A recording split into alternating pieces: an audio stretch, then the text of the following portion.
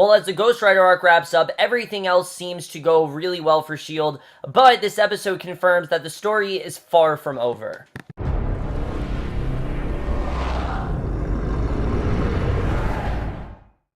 Hey guys, here for the mid-season finale of Agents of S.H.I.E.L.D., Season 4, Episode 8, The Law of Inferno Dynamics, and I was obviously very much looking forward to this episode. I have loved this season so far, as you guys know, but I was also a little bit worried because the fact that I did think that we were going to lose Robbie in this episode, and I think, Ghost Rider and Robbie, they've added so much to this season that I really wasn't ready to see him go, but I have to say that although it is, in fact, a mid-season finale. Unlike The Flash, which was just kind of like a Christmas special with a hodgepodge of possible endings for the season, this actually was a legit finale. I thought it was really well done overall. I really did enjoy it. We had some really great action here. We had some really great, some really great closure with some of our plots. But let's just get into this episode because I definitely do want to get right into it. There's a lot to talk about. But we start off right off the bat. The Chinatown gang is in a panic. One thug demands to see Eli. The thug tells him that S.H.I.E.L.D. and the cops are all over the place, and Eli says he pays them to keep S.H.I.E.L.D. busy, and the thug notes that none of them have actually gotten paid, and Eli ends up paying the thug by filling his body with diamonds, and Eli is busy building some kind of giant box-like device. We don't really know what this is all about, but that uncertainty with Eli, we know how powerful he is, really makes him very compelling, and I have to say that Eli in general I thought was very menacing. They did a really good job with that in this episode. And again, he still kind of looks like magical Negan, but that's just kind of the look, but he sounds something like Negan, he just looks like Negan. But director Mace calls into a news broadcast to tell them that S.H.I.E.L.D. is pursuing an escaped suspect, and of course that being Robbie, and the reporter asks the suspect is Quake, but Mace doesn't answer, and Coulson may inform Mace of the situation, and Mace notes that they really can't be seen aiding Robbie or Daisy because, they're both kind of wanted fugitives right now, and this is kind of something that's out of his control, and I like the way that Mace, is kind of trying to be he's very by the book, and that's the thing with Mace that really seems to be clashing, but Coulson says they need their biggest guns, including Robbie, Quake, and Yo-Yo. They need Yo-Yo as well, because they know how powerful Eli is, and they know that they can't just take him on without Inhumans. And Mace asks about AIDA, and Coulson comes clean and tells Mace that AIDA is in fact an android, which I like that he did in fact come clean to Mace about, even though he doesn't really trust Mace. In this situation, Mace needs to know. I mean, he is the director after all, so Mace does point out that this goes against the Sokovia Accords. He reminds him all of Ultron, which that was kind of a funny reference, the way he's like, don't we all remember Ultron? Because, yeah, I mean, Ultron, things went really, really bad with Ultron, and we know that AIDA is starting to become self-reliant, like, she is starting to develop a human brain, a brain and things like that, and Mace says he wants AIDA on this mission, and then they'll dismantle her afterwards, but only for this, it's not going to be for anything else. He only wants her for this, and he greenlights Coulson's assault team, but warns him to keep Quake out of sight, because she is wanted right now. Everyone seems to be after her. They're blaming her for things, and we know things are not really going well there. So we'll get a little more into that, but let's just say that putting AIDA on the team is probably the worst decision that Coulson could have made, and we'll get into why, but privately, Coulson tells May that he's hoping to get Mace to fill him in on what's happening with Senator Nadir, because he knows that there's some sort of infiltrating going on between those two. He doesn't really know what's going on there, but he does know that something is going on, and May has been tasked with collecting AIDA, and Coulson promises that they'll open that special bottle when this is all over, and I do like the way that Coulson and May are in complete agreement here. They've been kind of on opposite sides this season. May's been doing her own thing, Coulson's been doing his own thing, but I like the way these two can come together and work on this, and I thought overall really to show how great of chemistry Coulson and May really do have, because, I've always really liked them together.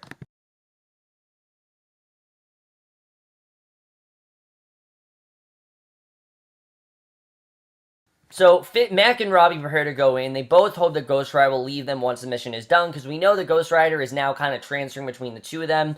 And Fitz and Gemma note that Eli's powers are scientifically impossible. Like, it's not really, there's no sort of definition they can come up with. He just seems to have all this power, and it's that he can create something out of nothing. But that's essentially what Eli is doing. He seems to be creating things just by himself from matter, and I don't know how he's creating matter all on his own, but They read a new earthquake on their sensors, but Quake tells them that it wasn't her. Quake, Yo-Yo, and Robbie head inside Eli's facility. It was really cool to see Yo-Yo again. I really did love seeing her character. I forgot how much I really liked her being on the show, but it was really cool to see her. But Slingshot then speeds inside to do some recon, and she steps into a trap that sets the hallways on fire. She runs back, but isn't fast enough, and she gets caught in the blast, gets sent back into the alleyway, where she hits the far wall, and Robbie heads inside, and that was a pretty cool scene. And we do get to see Yo-Yo, do a lot more. She becomes Slingshot in this episode, and she's essentially kind of like Quicksilver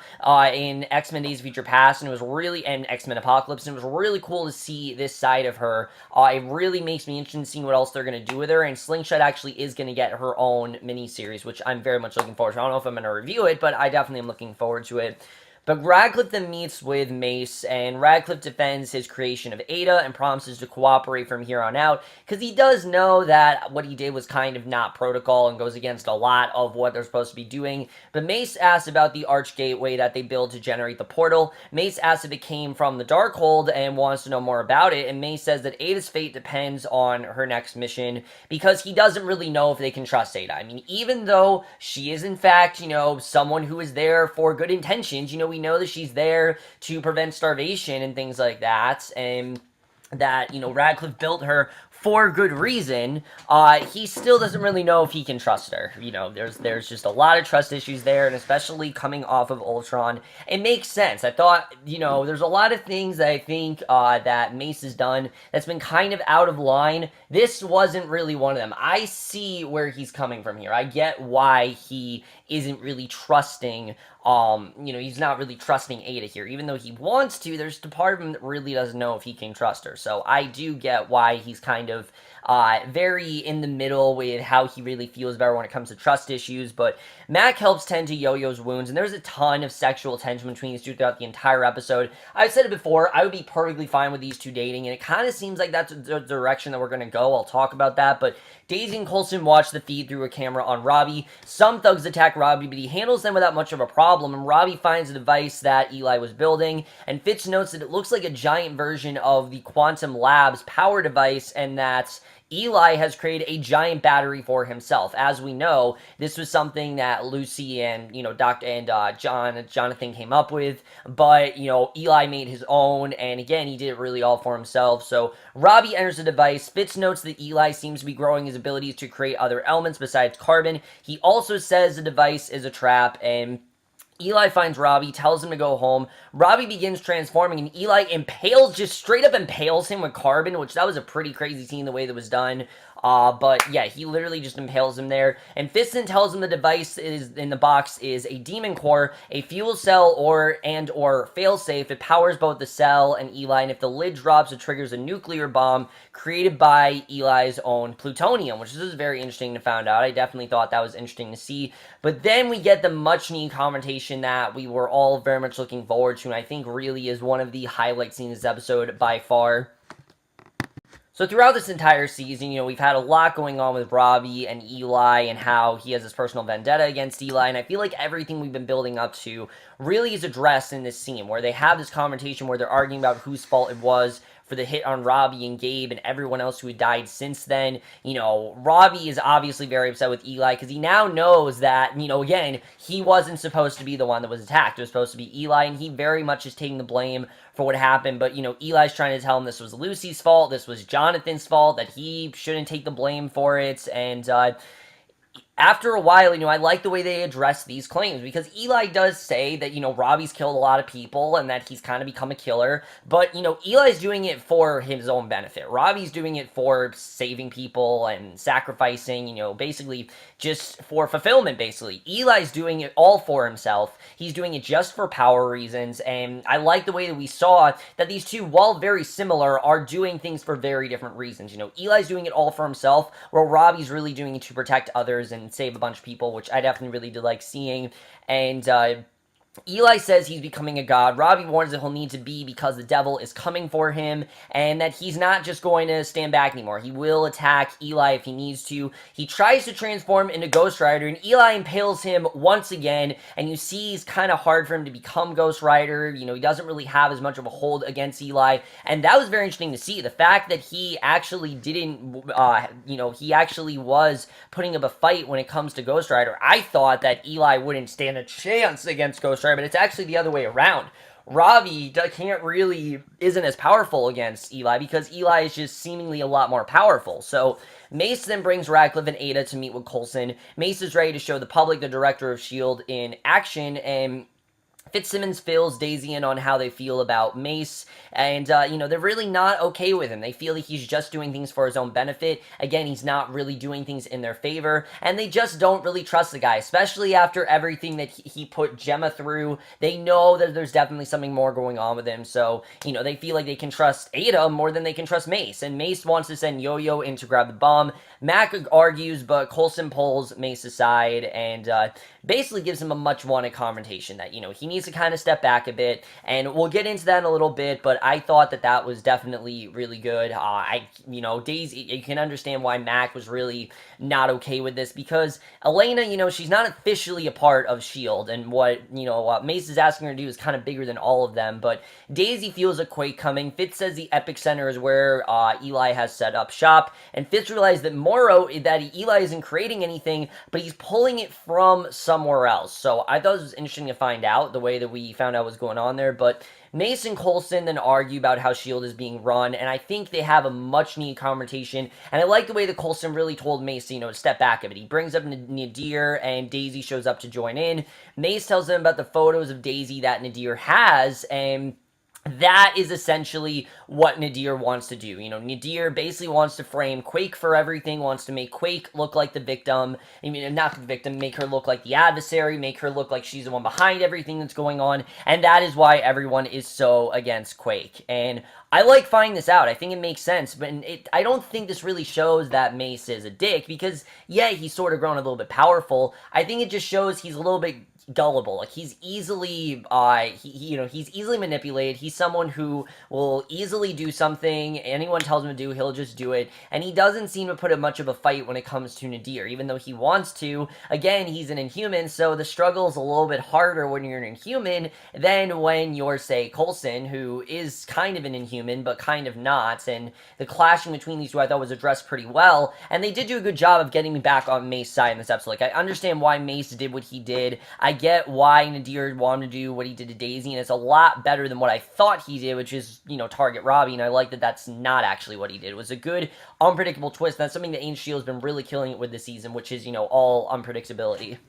So Daisy adds that Fitz figured out how to stop Eli because now he knows how he works, and Eli can now create water, which is a compound and not a base element, and is the next step in his plan to create life, and just everything about that was crazy. Coulson arrives, calls him a petty thief. The guards took the only weapon he had on him, which was a chain, and beneath them, Quake clears house. Radcliffe and Fitzsimmons prepare AIDA to activate a device like the EMP the Watchdog used in order to shut down Eli, because there has to be a way to shut him down, and, Eli kind of is like a robot in many ways, but Robbie tells Coulson that he feels like he died in the other place, like something is pulling at him, and as we know, Robbie was on the verge of dying, like he was getting really bad headaches and things like that, and Coulson tells Eli that he's stealing energy from another dimension. Every time he takes energy, it causes a seismic rift, and Coulson realizes that the bomb is actually Eli's endgame. Like, this is where he plans to end it all, but Eli doesn't think that he's gonna die. He thinks he's simply too powerful for death. Like, he is immune to death, and you can see he's completely in over his head.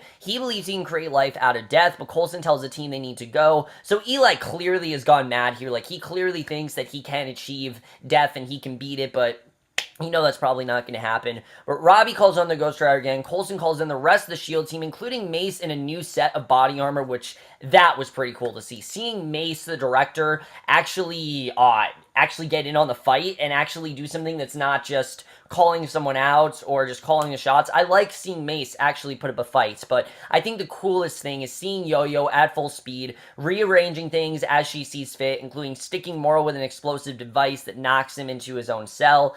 I thought that was pretty cool to see. The way that was done, like I said, very much felt like X-Men Days of Future Past, but it wasn't really supposed to be funny, but it was a really cool thing that I didn't know that Yo-Yo could do, and again, I'm really looking forward to seeing her becoming this character of Slingshot. You can tell that's who she's becoming, and I'm looking forward to seeing what they're going to do with that, because I think that really is adding something here. So that was a pretty cool scene, but it allows Robbie to transform into Ghost Rider fully, and I like the way that she was actually the one to save him from this. Like, Elena's kind of the unsung hero. She's not a main character, but when she's on the appearance, they use her very, very well, to the point where she kind of is a main character. I mean, yeah, she's not on the show a ton, but when she's on, they use her to the best of their ability, and I really like what they've done with Yo-Yo this season. They've taken a character who I think could have been very one-dimensional, and they made her a lot cooler and a lot more interesting than they should have, which is something they've done very well with almost every character this season.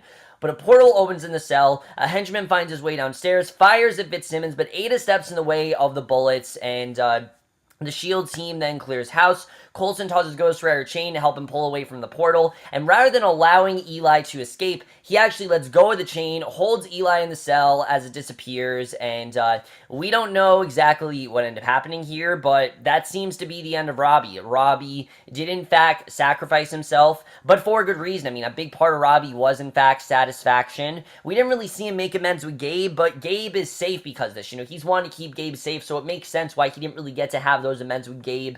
I don't think this is the end of Robbie. I think we are going to see him again this season. It's just a matter of when. I'll get more into that when we talk about the season as a whole. But I thought this was a very well done exit for Robbie. I'm sure we'll see him again, but for right now, very well done storyline. I'm very much looking forward to seeing where that's going to go. So AIDA's in pain, part of her programming as a decoy, and Daisy runs outside as the tremors are too much for her, we see, and outside she uses her powers to thrust herself into the air. She lands, and the press surrounds her, and Mace comes to her defense, saying that Agent Johnson saved them all. A really well done scene, because everyone's attacking her, saying, were you a part of all of this? Were you doing everything? I like the way that Mace actually did defend her and is actually on her side, and right now seems like he is going to protect her, which I like seeing.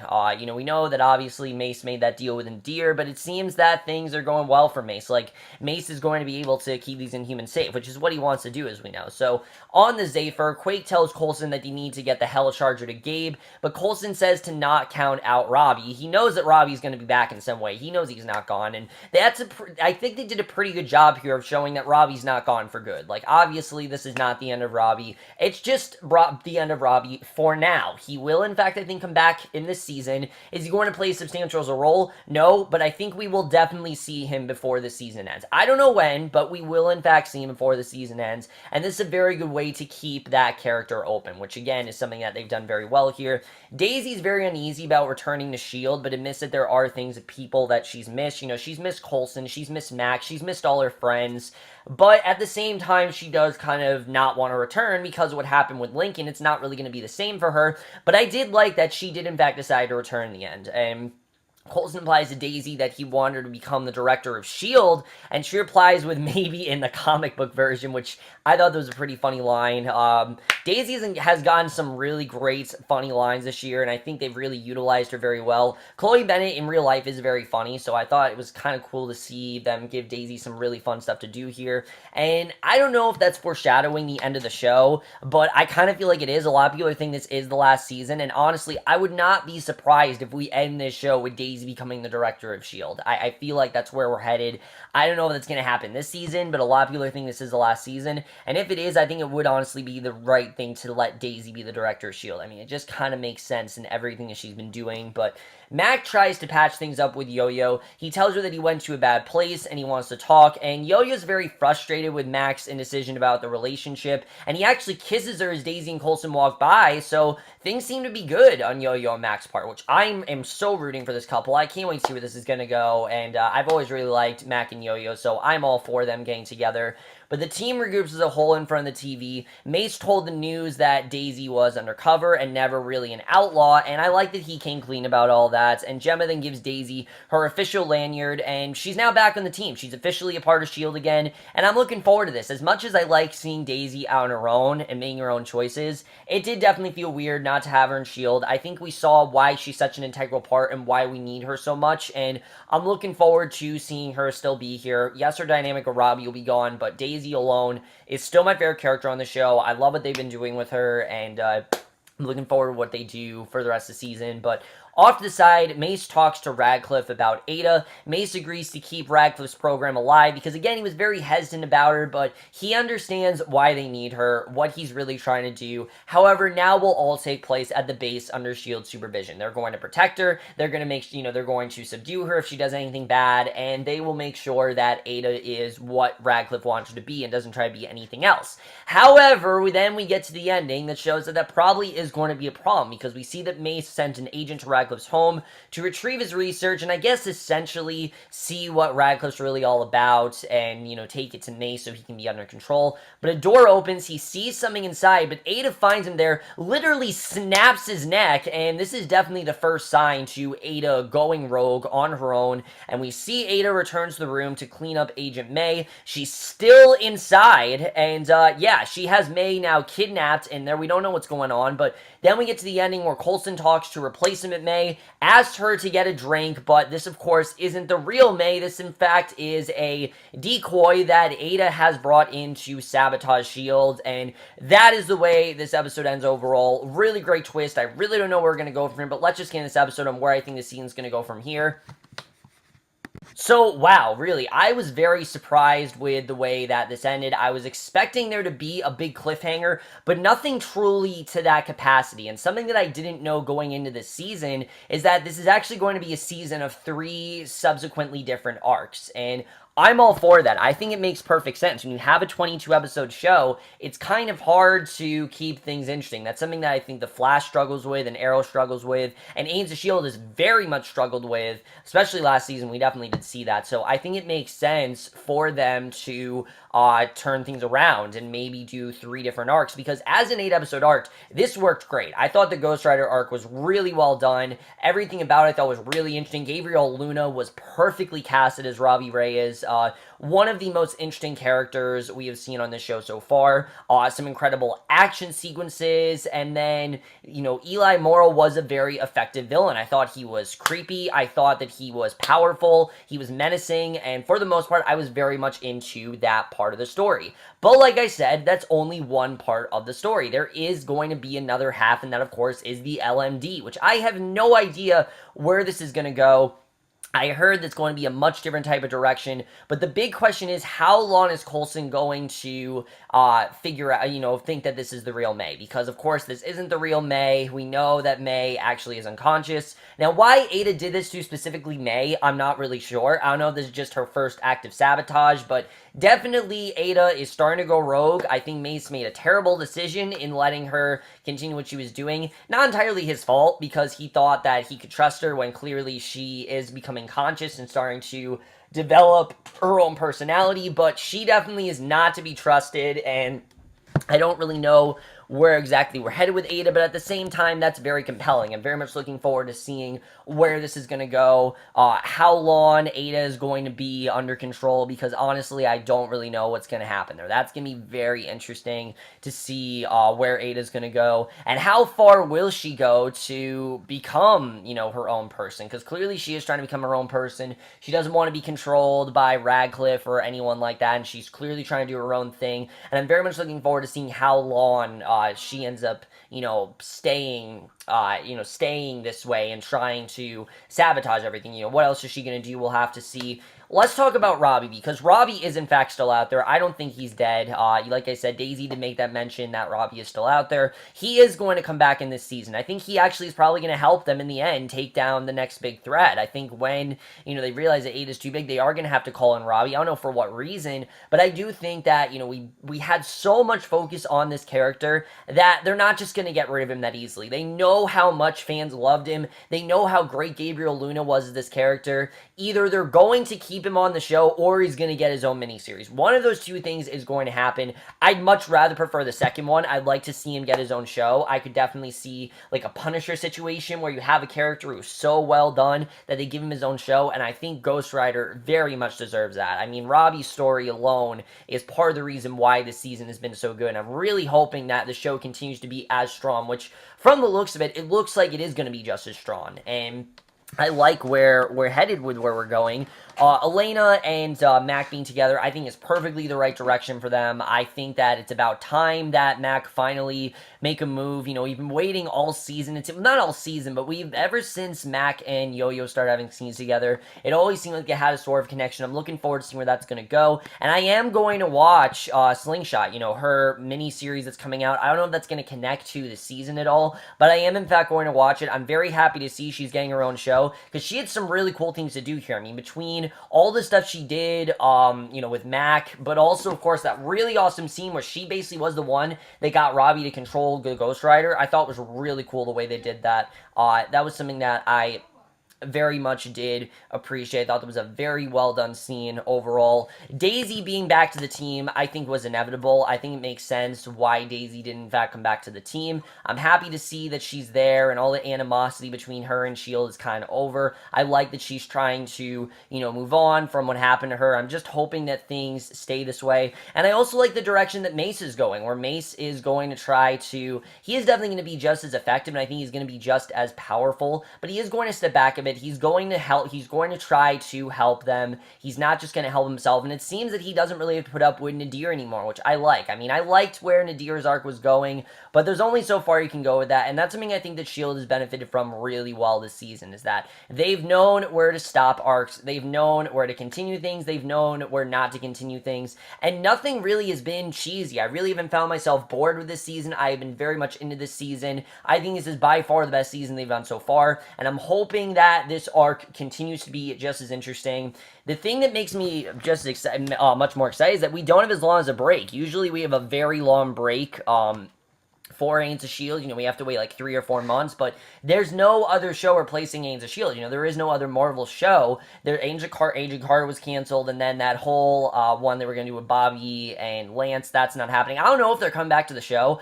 I hope they come back to the show because I actually really do miss them. But at the same time, the show feels a lot smaller and it feels a lot more focused without them. The show felt a little more convoluted when they were there, so maybe it's a good thing that they're not there, but either way, guys, I really enjoyed this finale. I'm very much looking forward to seeing where we're going to go from here. I'm hoping the momentum of this season really does keep up because I've really been enjoying it so far. But let me know what you guys thought of this episode. Love your thoughts on it. Do you like where we're headed with all the arcs? Did you like the way that Ghost Rider wrapped up? Do you think we're going to see Robbie again? If we do see Robbie again, how will he be used in this season? What's going to happen with AIDA, the direction that that's going? I'm very happy to see that Mallory Jansen's getting a very good role. I've always really liked her since Gallivant, and I'm glad to see that she's getting something really good to do here. I don't know if we're going in a Westworld direction. I'm not going to compare it to Westworld yet. I think this is going to be something completely different entirely, but again, we'll have to see. Apparently, they've been wanting to explore the world of LMDs for a long time, so I feel like they're not going to disappoint us with where this is headed, but that's it for this video. Hope you guys enjoy it. We'll see you guys in my next, which will be for a movie review, and we'll see you guys for that. Okay, bye.